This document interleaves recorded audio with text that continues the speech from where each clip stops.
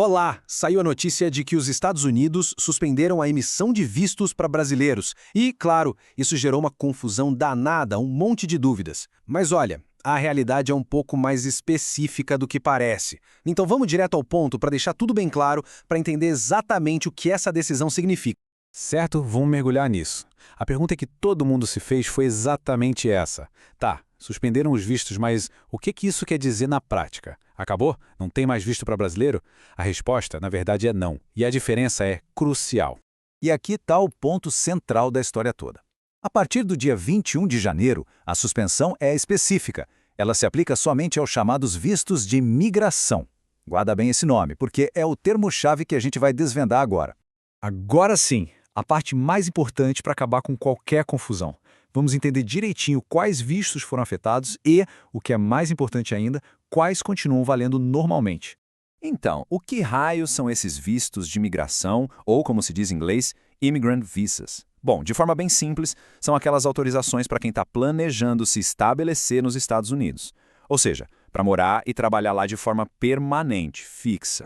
E aqui a distinção fica super clara. De um lado a gente tem os vistos de migração, esses foram suspensos, que são para morar e trabalhar permanentemente.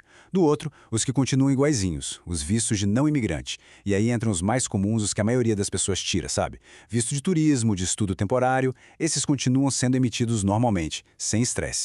Beleza, já sabemos o quê. Agora vamos entender o porquê. Afinal, qual foi a justificativa oficial do governo americano para ter tomado essa decisão? A fonte da notícia traz essa resposta para a gente.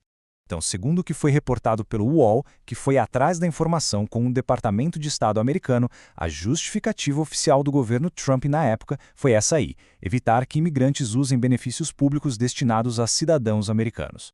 E um detalhe bem importante, essa suspensão não tem data para acabar, viu? Ela vale por tempo indeterminado. E ela não surgiu do nada, ela faz parte de um contexto maior, de uma reavaliação geral de todos os procedimentos de imigração que a administração da época estava fazendo. Agora vamos dar uma olhada no alcance dessa medida, para ver como ela se encaixa no cenário global. É fundamental entender que essa não foi uma decisão focada só no Brasil. De jeito nenhum. E esse número aqui dá uma boa dimensão da coisa. No total, foram 75 países que tiveram a emissão desses vistos de imigração suspensa, ou seja, foi uma medida bem ampla mesmo.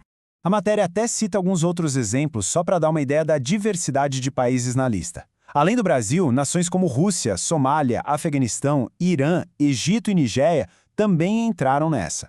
E tem um ponto interessante sobre a diplomacia. Segundo a fonte, o governo brasileiro, por meio do Itamaraty, não recebeu nenhum aviso oficial antes do anúncio ser feito. Parece que as autoridades tiveram que correr atrás para buscar mais informações e entender qual seria o impacto exato da decisão. Ok, depois de analisar todos esses pontos, o que a gente pode tirar de concreto dessa decisão toda? Vamos fazer aquele resuminho rápido com os pontos-chave para deixar tudo bem amarrado. Então, resumindo o que é essencial saber. Primeiro, a suspensão é só para vistos de migração, aqueles para morar e trabalhar fixo. Segundo, vistos de turismo e estudo não mudaram nada, continuam normais. E terceiro, a medida começou lá em 21 de janeiro e não tem data para terminar. E isso tudo nos leva à questão final, né? Se a medida é por tempo indeterminado e faz parte de uma reavaliação muito maior, a grande pergunta que fica no ar é: e agora? Qual será o próximo passo? A evolução dessa política é algo que com certeza vai precisar ser acompanhado bem de perto.